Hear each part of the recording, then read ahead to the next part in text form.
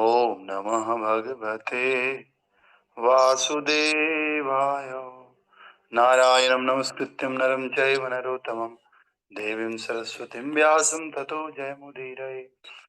नष्टप्रायेषु भद्रेषु नित्यं भागवत सेवयां भगवते उत्तमश्लोके भक्तिर्भवति नैष्टकी। कृष्णाय वासुदेवाय देवकी नन्दनाय च नन्दगोपकुमाराय श्रीगोविन्दाय नमो नमः। मूकं करोति वाचालं पङ्गुं लङ्घायते गिरिं यत्कृपां तम् अहं वन्दे श्रीगुरो दीनतारिणं। श्रीपरमानन्दमाधवं श्रीकृष्णचैतन्येश्वरं गुरुवे गौरचन्द्राय राधिकाय तदालये कृष्णाय कृष्णभक्ताय तद्भक्ताय नमो नमः। नमो विष्णुपादाय कृष्णपृष्ठाय भूतले श्रीमते भक्तिवेदान्त गोस्वामिने इति नामिने। नमस्ते सरस्वती देवे गौरवाणी प्रचारिणे निर्विशेष शून्यवादी पाश्चात्य देशतारिणे। डिवाइन ग्रेस इसी भक्तिवेदांत स्वामी श्री प्रभुपाद की जय। नमो पंकजनाभाय नमो पंकजमालिने नमो पंकजनेत्राय नमस्ते पंकजांग्रये। ग्रंथराज श्रीमद्भागवत महापुराण की जय। श्रील प्रभुपाद गुरु महाराज की जय। अनंत कोटि वैष्णव वृंद की जय। निताय गौर प्रेमानंदे हरि हरि बोल। श्री राधा श्याम सुंदर राधा राधिका रमन कृष्ण बलराम गौर निताय पंचतत्व नरसिंह देव प्रहलाद महाराज गौर निताय की जय। जगन्नाथ बलदेव सुभद्रा कृष्ण जय गोपाल जी ताय गौर प्रेमानंदे हरि हरि बोल। एकादशी तिथि की जय। आज हम लोग श्रीमद् भागवतम का दूसरा स्कंद का दूसरा अध्याय इसका श्लोक संख्या 23 पढ़ रहे हैं। जो इस प्रकार से योगेश्वराणाम गतिम आहुरंतर बहिस्त्रिलोक्या पवनांतरात्मना न कर्म वित्ताम गतिमाप्नुवन्ति विद्या तपो योग समाधि भाजम। योगेश्वराणाम गतिम आहुरंतर बहिस्त्रिलोक्या पवनांतरात्मना न कर्म विस्ताम गतिम आप्नुवन्ति विद्या तपो योग समाधि भाजम। हरे कृष्ण। हरे कृष्ण प्रभु। योगेश्वराणां गति अनन्तर्बहिस्त्रिलोक्य पवन्तरात्मनं न कर्मभिस्तं अपुन्नवन्ति विद्या तपो योगसमाधिभाजम्। हरे कृष्ण। हरे कृष्ण प्रेम जी दंडक प्रणाम। Yes, Mata. योगेश्वराणां गतिमाहुरन्तर् बहिस्त्रिलोक्या पवनान्तरात्मनः न कर्मभिस्तं गतिमप्नुवन्ति विद्या तपो योगसमाधिपाचम्। हरे कृष्णा। ओके, तो कल हमने देखा कि अगर किसी के अंदर इच्छा बनी हुई है, किसी योगी के अंदर, तो उसको मृत्यु के बाद वो इच्छाएं और उस मन को अपने साथ लेकर जाना होता है। और इच्छाओं और मन के साथ भगवान के धाम तो जा नहीं सकते, तो कहाँ जाएंगे? इस संसार में हो सकता है सर्वोच्च लोक ब्रह्मलोक तक भी चले जाए, लेकिन फिर उसको वापस आना पड़ेगा। लेकिन ठाकुर जी के धाम, गोलोक, वृंदावन धाम, वैकुंठ अगर किसी को जाना है तो इस मन और इन इच्छाओं के साथ नहीं जा पाएगा। आज का जो श्लोक है उस प्रकार से है। अध्यात्मवादियों का संबंध आध्यात्मिक शरीर से होता है। फलस्वरूप अपनी भक्ति, तपस्या, योग शक्ति तथा दिव्य ज्ञान के बल पर वे भौतिक जगत के भीतर या बाहर अबाध रूप से विचरण कर सकते हैं, किंतु सकाम कर्मी या निपट भौतिकवादी इस तरह मुक्त रूप से कभी विचरण नहीं कर सकते। तो जितने भी आध्यात्मवादी हैं भक्तों, उन सब का संबंध आध्यात्मिक शरीर से होता है। फलस्वरूप अपनी भक्ति, तपस्या और योग शक्ति या दिव्य ज्ञान जो भी उनके पास है, उनके बल पर वो भौतिक जगत में भी रह सकते हैं और बाहर अंदर कहीं भी वो बिना रुके टुके आराम से विचरण कर सकते हैं। किंतु जो सकाम कर्मी है, निपट भौतिकवादी हैं, वो इस तरह मुक्त रूप से कभी भी विचरण नहीं कर सकते हैं, क्योंकि सकाम कर्मियों का पूजा पाठ तो करते ही हैं सकाम कर्मी लोग, लेकिन वो भौतिक धरातल से ऊपर नहीं उठ पाते। वो किसी किसी रिजल्ट के लिए कार्य करते हैं, निष्काम भक्ति नहीं कर पाते बेचारे। इसलिए सकाम कर्मी भी और जो निकट भौतिकवादी भी, ये दोनों के दोनों लोग मुक्त रूप से विचरण नहीं कर सकते। सकाम कर्मी कभी मुक्त नहीं हो सकता है, क्योंकि वो इच्छाओं के लिए भक्ति कर रहा है, पूजा कर रहा है, तो उन इच्छाओं की प्राप्ति तो इसी भौतिक संसार में हो जाती है, तो फिर मुक्ति के लिए तो उसने किया ही नहीं। और इंडिया में ज्यादातर लोग, हमारे भारतवर्ष में, ये सकाम कर्मी ही है। जो रिलीजियस लोग होते हैं, जो बोलते हैं ये करना चाहिए, वो करना चाहिए, जिनको एम पता नहीं है, बस करते जा रहे हैं, बस करना चाहिए, तो वो लोग सकाम कर्मी कहलाते हैं, इच्छाओं के लिए जो कार्य करते हैं। तात्पर्य भाई अर्चनीय, वंदनीय, प्रातः स्मरणीय जगत गुरु श्री प्रभुपाद जी द्वारा, श्री प्रभुपाद की जय। तो तात्पर्य में प्रभुपाद करें, भौतिकवादी विज्ञानियों द्वारा यांत्रिक यानों की सहायता से अन्य ग्रहों तक पहुंचने के सारे प्रयास केवल निरर्थक हैं।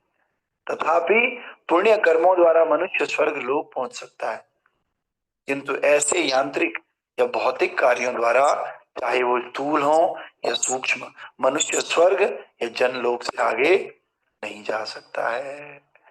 तो क्या कह रहे हैं हमारे जो साइंटिस्ट हैं, वो सोच रहे हैं हम अन्य ग्रहों तक पहुंचेंगे, प्रयास करेंगे, लेकिन शास्त्र तो ये बता रहा है कि तुम केवल पुण्य कर्मों के द्वारा स्वर्ग लोक तक पहुंच सकते हो, और ऐसे यांत्रिक या जो भौतिकवादी कार्य हैं, इनके द्वारा हम लोग जनलोक से आगे नहीं जा सकते। जनलोक इसी लोग, यही जो हमारा पृथ्वी के आसपास के लोग हैं, उनमें तो हम जा सकते हैं इन वैज्ञानिक तकनीक के द्वारा, लेकिन इन जनलोक से और स्वर्ग लोक से आगे नहीं जा सकते। तो जो अध्यात्मवादियों को स्थूल भौतिक शरीर से कोई लेना देना नहीं रहता, वे भौतिक जगत के भीतर या बाहर कहीं भी विचरण कर सकते हैं। अब ये जो भौतिक विज्ञानी लोग हैं, साइंटिस्ट लोग हैं, इनको तो भौतिक शरीर से लेना देना है ना, तो इसीलिए इनके इन पे एक लिमिट लग गई, भैया आप इस लिमिट तक ही जा सकते हो। लेकिन जो भगवान के भक्त हैं, जो स्पिरिचुअलिस्ट हैं, जिनका भौतिक शरीर से कुछ खास लेना देना नहीं, वे भौतिक जगत के भीतर भी रह सकते हैं और बाहर भी रह सकते हैं। भौतिक जगत के भीतर वे महर लोक, जन लोक, तप लोक और सत्य लोकों में, और भौतिक जगत के परे बैकुंठ लोकों में बिना रोक टोक के अंतरिक्ष यात्री के रूप में विचरण कर सकते हैं। और श्री नारद मुनि ऐसे ही अंतरिक्ष यात्री का एक उदाहरण है, और दुर्वासा मुनि ऐसे ही योगियों में से एक हैं। अब कोई पूछेगा बताओ, हमें बताओ कौन सा गया है आज तक, तो फिर हम बता सकते हैं भैया नारद मुनि इसका उदाहरण है, दुर्वासा मुनि इसका उदाहरण है, और भी अन्य बहुत सारे संत है जो ऊपर नीचे उनकी मर्जी आती है तो वो गोलोक में जाते हैं, उनकी मर्जी आती है स्वर्ग में जाते हैं, मर्जी आती है तो इस पृथ्वी पर आ जाते हैं, क्योंकि वो मुक्त जीव हैं। तो इस प्रकार से प्रत्येक व्यक्ति भक्ति, तपस्या, योग शक्ति तथा दिव्य ज्ञान के बल पर श्री नारद मुनि या दुर्वासा मुनि की तरह विचरण कर सकता है। ऐसा कहा जाता है कि दुर्वासा मुनि ने केवल 1 वर्ष में ही संपूर्ण भौतिक आकाश तथा पर व्योम के कुछ भागों की यात्रा की थी। स्थूल या सूक्ष्म भौतिकवादी योगियों की गति को कभी नहीं पा सकते। तो इनके बारे में वर्णन आ रहा है, जो दुर्वासा ऋषि हैं, इन्होंने 1 साल में ही पूरे भौतिक आकाश को नाप लिया था, और भौतिक आकाश नहीं, स्पिरिचुअल एबोर्ड, जो चिदाकाश है, जो स्पिरिचुअल आध्यात्मिक जगत है, उसके भी कुछ कुछ भागों को कवर कर दिया था 1 साल के अंदर। तो अगला श्लोक, और जो भौतिकवादी लोग होते हैं वो कभी भी योगियों की गति को प्राप्त नहीं कर सकते। अगला श्लोक है, वैश्वानरं याति विहाय सागत सुषुम्नात् ब्रह्मपतेन शोचिसा विद्युत कल्कोथ हरेरुदस्तात् प्रयाति चक्रम निपसै सुमारम। हे राजन, जब योगी सर्वोच्च लोक ब्रह्मलोक पहुंचने हेतु प्रकाशमान सुषुम्ना द्वारा आकाश गंगा के ऊपर से गुजरता है तो वो सर्वप्रथम अग्निदेव के ग्रह वैश्वानर पर जाता है, जहां वो सारे कल्मशों से परिशुद्ध हो जाता है। तब वह भगवान श्री हरि से तादात्म्य के लिए उससे भी ऊपर सुमार चक्र को जाता है। तो जो योगी है वो ब्रह्मलोक पहुंचने के लिए आकाश गंगा के ऊपर से गुजरता है। मिल्की वे आपने सुना होगा, आकाश गंगा। तो आकाश गंगा के ऊपर से वो गुजरता है तो सबसे पहले वो अग्निदेव के ग्रह वैश्वानर पर जाता है और वहां सारे जितने थोड़े बहुत कलमश रह भी गए थे उनसे परिशुद्ध हो जाता है। तब वो भगवान हरि से तादात्म्य के लिए उससे भी ऊपर सुमार चक्र तक जाता है। तो तात्पर्य में प्रभुपाद बता रहे हैं, ध्रुव तारा तथा उसके आसपास का मंडल सुमार चक्र कहलाता है। जो ध्रुव तारा है और उसके आसपास का जो भी स्पेस है वो सारा कहलाता है सुमार चक्र। और जहां पर भगवान क्षीरोदक्षाय विष्णु के निवास का स्थानीय ग्रह है, वहां तक पहुंचने से पहले योगी को आकाश गंगा के ऊपर से होकर ब्रह्मलोक पहुंचना होता है। वहां जाते समय सबसे पहले वो वैश्वानर लोक पहुंचता है, जहां का देवता अग्नि पर नियंत्रण रखता है। इस वैश्वानर लोक के योगी भौतिक जगत के संसर्ग में रहने के कारण अर्जित समस्त पापों के मल से पूरी तरह स्वच्छ हो जाता है। यहाँ पर आकाश गंगा को ब्रह्मांड के सर्वोच्च लोक ब्रह्मलोक को ले जाने वाले मार्ग के रूप में दिखाया गया है। तो आपने गीता में सुना होगा, अहम वैश्वानरो भूत्वा प्राणिनाम देहमाश्रितम प्राणापान समायुक्तम पचामि अन्नम चतुर्विधम। भगवान करें कि मैं आग बन करके सबके हृदय में रहता हूँ और आप जो भी खाते हो चाउमीन पिज्जा बर्गर फल फ्रूट्स और ये सब मैं पचाता हूँ। भगवान कह रहे तो कैसे, भगवान थोड़ी हर किसी के हृदय में आएंगे, वो अग्निदेव को भेजते हैं, जाओ तुम जाओ और अग्नि बन करके इसको पचाओ। तो वही अग्निदेव, अग्नि सबसे शुद्ध माना जाता है। कोई भी चीज अगर आप अग्नि में डालो तो पकने के बाद वो क्या बनेगा, राख बनेगा जलने के बाद, और राख परम शुद्ध होती है। आप किसी को भी अग्नि में स्वाहा कर दो उसके बाद जो भी निकलेगा वो राख है और राख हमेशा शुद्ध होती है। इसी तरह योगी के अंदर थोड़ा बहुत जो रह भी गया वो जब वैश्वानर से होकर के जाता है तो राख बन जाता है सारा। उसका जो कलमत था, जो कंटेमिनेशन उसके अंदर थोड़ा बहुत रह गया वो पूरा परिष्कृत हो जाता है, प्योरीफाई हो जाता है। फिर वो आग से आगे निकल करके फिर वो भगवान हरि तक मिलने के लिए इलिजिबल हो जाता है और फिर और ऊपर जाता है, जिसको बोल रहे हैं शिशुमार। और शिशुमार कौन सा है, जहां पर ध्रुव तारा है उसके आसपास का मंडल शिशुमार है। और ये सब जो ये रास्ता है, इस रास्ते को आकाश गंगा कह रहे हैं, मिल्की वे, है ना। तो फिर अगला इस प्रकार से है, तद विश्वनाभिमतिकृत्य विष्णो रणीय साविर जेन आत्मने कह नमस्कृतं ब्रह्म विदामुपैति कल्पायुषो यद विबुधारमन्ते।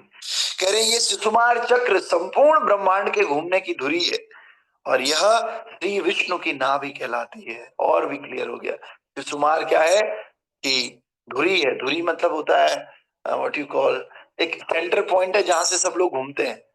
तो इस प्रकार से, और इसको भगवान विष्णु की नाभि कहते हैं क्योंकि हम सब लोगों का सेंटर पॉइंट नाभि होता है। तो ऐसे ही भगवान की नाभि है ये जो सुकुमार चक्र है। केवल योगी ही इस सुकुमार चक्र को पार कर पाता है। आहा। और ऐसे लोग महर लोक को प्राप्त करता है जहां भृगु जैसे परिशुद्ध हो चुके महर्षि 4 अरब 30 करोड़ वर्षों, 100 वर्षों की आयु भोगते हैं। यह लोग उन संतों द्वारा भी पूजित है जो आध्यात्मिक पद को प्राप्त करते हैं। अब देखिए कैसे योगी वहां तक तो पहुंच रहा है, लेकिन वहां तक पहुंचने के बाद जो योगी है वही उसको क्रॉस कर पाएगा, और जो योगी नहीं है उसको क्रॉस नहीं कर पाएगा, उससे नीचे वाले लोगों में ही रहेगा। अगर पुण्य हमने कर भी लिए लेकिन योग की प्रैक्टिस हमारी नहीं है तो हम इस सुकुमार चक्र को पार नहीं कर पाएंगे। और सुकुमार चक्र के बाद ऐसा क्या है भैया, तो सुकुमार चक्र के बाद महर लोक है। महर लोक मतलब महर्षियों का लोक, जहाँ बहुत सारे महर्षि रहते हैं, भृगु जैसे महर्षि रहते हैं। और यहाँ पर आयु कितनी रहती है, ये देखिए 4 अरब और 30 करोड़ साल। और इतने सौर वर्ष हैं। सौर वर्ष मतलब यहाँ के समय से कई गुना ज्यादा। यहाँ का साल जितना बड़ा है उससे कई गुना ज्यादा बड़ा उनका एक साल है। और ऐसे कितने सालों तक रहेगा, 4 अरब 30 करोड़ साल। सोचो, इतने सालों तक ये ऋषि यहाँ पर रहते हैं और भोग करते हैं। भोग करते हैं मतलब यहाँ पर सारी सुविधाएं हैं, भक्ति है। और ये लोग उन संतों द्वारा भी पूजित है जो आध्यात्म पद को प्राप्त है। यानी कि अब जो स्पिरिचुअलिटी प्रैक्टिस करते हैं ना, वो भी इस लोक की पूजा करते हैं। इससे पहले वाले लोग तक पुण्य कर्मी जाते हैं, जिन्होंने कुछ पुण्य किया है। लेकिन इससे आगे तो आध्यात्मिक लोक वाले भी जा सकते हैं। ग्रंथराज श्रीमद् भागवत महापुराण की जय। तो आज अपरा एकादशी है, बहुत ही ऑस्पिशियस दिन है। और अपरा से पता चल रहा है, अपरा मतलब अपार। इसका व्रत का पालन करने से हमें अपार चीजें प्राप्त होती हैं। तो क्या अपार चीजें प्राप्त होती हैं भैया? ये कृष्ण पक्ष है और महीना है ज्येष्ठ। ज्येष्ठ मास के कृष्ण पक्ष की एकादशी है अपरा एकादशी, और निर्जला से पहले वाली एकादशी। तो लगभग ये निर्जला की प्रैक्टिस के लिए है, आप एक तरह से समझ सकते हो। निर्जला एकादशी 7 जून को है। तो ये निर्जला की प्रैक्टिस के लिए एकादशी है। और इस दिन बड़े से बड़े किसी ने अगर अपराध किए हों तो इन अपराधों से भी उसकी मुक्ति हो जाती है ना। और इसमें भक्ति तो मिलती ही है और आध्यात्मिक प्रगति तो होती है। कोई अगर धन की अपेक्षा से भी करे, मान सम्मान मिलने की अपेक्षा से भी करे, तो इस एकादशी का पालन करने से अपार धन की भी प्राप्ति होती है और फेम भी मिलता है व्यक्तियों को, जिसको चाहिए होगा। और इस प्रकार से भौतिक चीजें भी इससे फुलफिल होती, इसलिए इसका नाम है अपरा एकादशी, अपार एकादशी। ठीक है, कपिल प्रभु कुछ पूछ रहे हैं। हरे कृष्ण, हाथ खड़ा कर रहे हैं कपिल। हरे कृष्ण प्रभु जी, दंडवत प्रणाम। जी तो प्रभु। आपने बोला कि लाइक जिनके पुण्य नष्ट हो चुके होते हैं, मतलब पुण्य पाप से जो मुक्त हो चुके होते हैं, वो लोग महल लोग जाते हैं और वो भी जा सकते हैं। पर वाई नॉट स्पिरिचुअल वर्ल्ड, मतलब वो अध्यात्म जगत में क्यों नहीं गए, महल लोक में क्यों? थोड़ी बहुत कंटेमिनेशन रह चुकी थी ना। तो जैसे वही है, स्वल्पम अपि अप्स्यदर श्रीमताम शुचिनाम श्रीमताम गेहि। क्योंकि वहां पर जाके उनको संतों का संग मिलेगा। संतों का संग मिलेगा तो और भक्ति करेंगे। तो ये डिग्री है एक तरह से, जिसने जिस अनुपात में भक्ति करी होगी वो उस तरह के लोग जाएगा। कोई ब्रह्म लोक भी जाता है, कोई महर लोक जाता है। और जब उनकी भक्ति कंप्लीट हो जाएगी उसके बाद वो भगवान के धाम पहुंचेंगे। जैसे ग्रेड होते हैं कि कोई फेल हो जाता है तो उसको रिपीट करना है, किसी की कंपार्टमेंट आती है तो उसको और ज्यादा टाइम दिया जाता है, और कोई पास हो जाता है तो भाई ठीक है, फिर वो अगले ग्रेड में जाता है। तो इस प्रकार से अलग अलग कैटेगरीज है, उनकी डिग्री के अनुसार जिस हिसाब से उन्होंने मेहनत करी है उस हिसाब से उनको लोक मिलता है, और जिस हिसाब से उनके कर्म है। अब कर्म की गति तो बहुत महान है, कोई भी नहीं समझा पाएगा। भगवान कह रहे हैं गहना कर्मणा गति, इतनी गहन है कि मेरे भक्त भी नहीं जानते हैं। तो इसीलिए कर्मों के अनुसार उनको वैसा लोक मिलता है। और भक्ति जिसकी बहुत तुकाराम जैसी होगी, संत तुकाराम जैसी, उनके लिए विमान आएगा, वो फिर इधर उधर नहीं रुकेंगे, वो बस देखने के लिए रुकेंगे। हाँ भाई, हाँ इस लोक में ऐसा होता है, अच्छा यहाँ पर ये लोग है, वो सीधे ऊपर चले जाएंगे, है ना। हाँ सॉरी प्रभु, हरे कृष्णा। हरे कृष्ण प्रभु जी क्वेश्चन था कि जैसे कोई महर लोग भी जैसे कोई चला गया तो वहां से भक्ति करके क्या वो वैकुंठ जा सकता है? जा सकता है, नो डाउट। और ऐसे ही गए हैं बहुत सारे संत, पक्का जा सकता है, इसमें कोई डाउट नहीं। ठीक है, वो इसीलिए वैकुंठ जाने के लिए ही तो उस लोक में ले जा रहे हैं। और ये मानव शरीर भी दोबारा दे रहे हैं, तो वो भी वैकुंठ के लिए ही दे रहे हैं। भले वो हम उसको गलत यूज कर रहे हैं, दैट इज डिफरेंट थिंग। पर वैसे ऊपर जो सिस्टम है, यूनिवर्सल सिस्टम, उन्होंने इसीलिए उस लोक में भेजा है कि चलो भाई तुम्हें यहाँ पर मौका दे रहे हैं, तुम यहाँ पे रह के भक्ति करो। तो वास्तव में एम तो वही है। ठीक है, तो आज की एकादशी ऑस्पिशियस है, प्रयास कीजिएगा। निर्जला तो क्या ही बोलूं, गर्मी बहुत है। जल के साथ या फल के साथ कुक्ड आइटम ना लेने का प्रयास करें। दूध पी सकते हैं, फल पीना क्या, फल तो खाना है। तो ये कर सकते हैं, तो थोड़ा निर्जला की भी प्रैक्टिस हो जाएगी। 12 बजे तक तो बस पानी पानी पीना और फ्रूट्स खा लेना। गर्मियों में वैसे भी फ्रूट्स ठीक है खाने के लिए, कुक्ड आइटम अवॉइड कर सके तो अच्छा है। ग्रंथराज श्रीमद् भागवत महापुराण की जय। एकादशी महामहोत्सव की जय। तो अभी मंगला आरती करेंगे एकादशी के दिन। मंगला आरती की जय। ग्रंथराज श्रीमद् भागवत महापुराण की जय। गौर हरि प्रेमानंदे हरि हरि बोल।